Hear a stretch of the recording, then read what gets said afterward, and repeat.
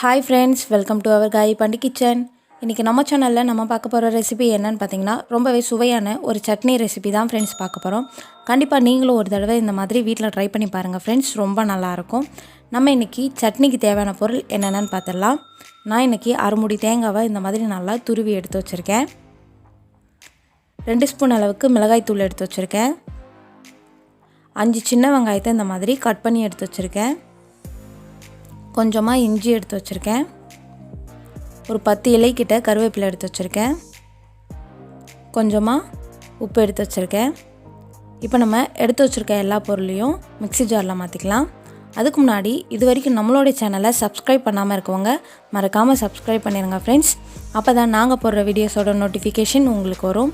நம்ம இந்த சட்னிக்கு மிளகாய் தூளுக்கு பதிலா வரமிளகாய் வேணும்னாலும் சேர்த்துக்கலாம். டேஸ்ட் நல்லா இருக்கும். நம்ம எடுத்து வச்சிருக்க எல்லா பொருளையும் மிக்ஸி ஜார்ல மாத்திக்கலாம்.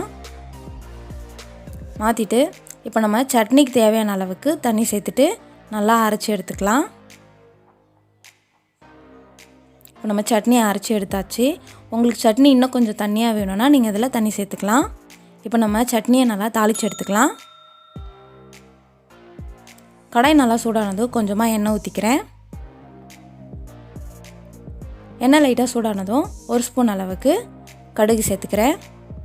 கடுகு நல்லா பொரிஞ்சு வந்ததும் 2 சின்ன வெங்காயத்தை சின்னதா கட் பண்ணி எடுத்து வச்சிருக்கேன். அதை சேர்த்துட்டு ஒரு வரமிளகாவை இந்த மாதிரி சின்னதா கட் பண்ணி வச்சிருக்கேன். அதையும் சேர்த்துக்கிறேன். கொஞ்சமா கறிவேப்பிலை சேர்த்துட்டு நல்லா வதக்கி விட்டுக்கிறேன். வெங்காயம் லைட்டா வதங்கினதுக்கு அப்புறமா நம்ம அரைச்சு வச்சிருக்க சட்னி இது கூட சேர்த்துக்கலாம். நம்ம சட்னியை சேர்த்துட்டு ரொம்ப நேரம் நம்ம ஸ்டவ்ல வைக்கணும்னு அவசியம் இல்லை. ஒரு 2 நிமிஷம் மட்டும் நல்லா இந்த மாதிரி மிக்ஸ் பண்ணி விட்டுக்கலாம். நம்ம சேனல்ல இதுக்கு முன்னாடி தக்காளி தோசை தேங்காய் சட்னி வீடியோ அப்லோட் பண்ணியிருக்கோம். அதனோட லிங்கை கீழே டிஸ்கிரிப்ஷன் பாக்ஸ்ல ஐகான் லிங்க் கொடுக்குறேன். போய் செக் பண்ணி பாருங்க फ्रेंड्स. ரொம்பவே சுவையான சட்னி ரெடி ஆயிருச்சு. கண்டிப்பா நீங்களும் ஒரு தடவை இந்த மாதிரி வீட்ல ட்ரை பண்ணி கொடுங்க. பசங்க நல்லா விரும்பி சாப்பிடுவாங்க. இதுவரைக்கும் நம்மளோட சேனலை சப்ஸ்கிரைப் பண்ணாம இருக்கவங்க மறக்காம சப்ஸ்கிரைப் பண்ணிருங்க फ्रेंड्स. இந்த வீடியோ உங்களுக்கு பிடிச்சிருந்தா உங்க फ्रेंड्स and ரிலேட்டிவ்ஸ்க்கு ஷேர் பண்ணுங்க.